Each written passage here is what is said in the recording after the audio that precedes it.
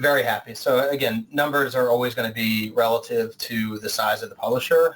So given that we are pretty big, the revenue will be big. I mean, you had mentioned that MVC has already seen 1 million.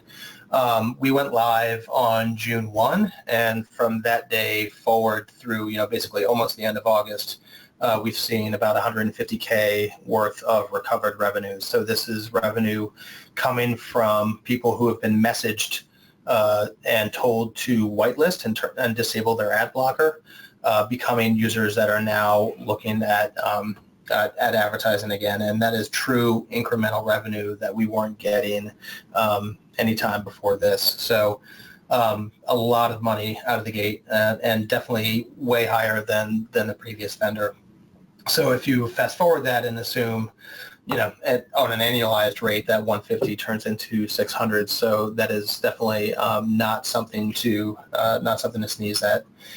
So we're really looking forward to to having that money available. When we saw the first months of recovered revenue, myself was freaked out in a good way.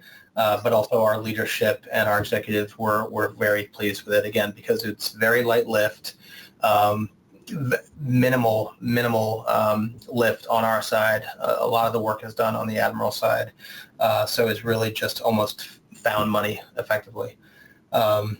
And then the other thing, which I thought was very interesting, and Dan mentioned ARPU, the average revenue per user metric, which, again, I think more publishers need to think about. It was something that was on our radar, and we started to pay a little bit more attention to it. But what's interesting is that, from the recovered visitors, we're seeing the ARPU of them being 40 to 50% higher than the ARPU of non-blockers, which just shows you, because a lot of users don't even realize that they have an ad blocker on.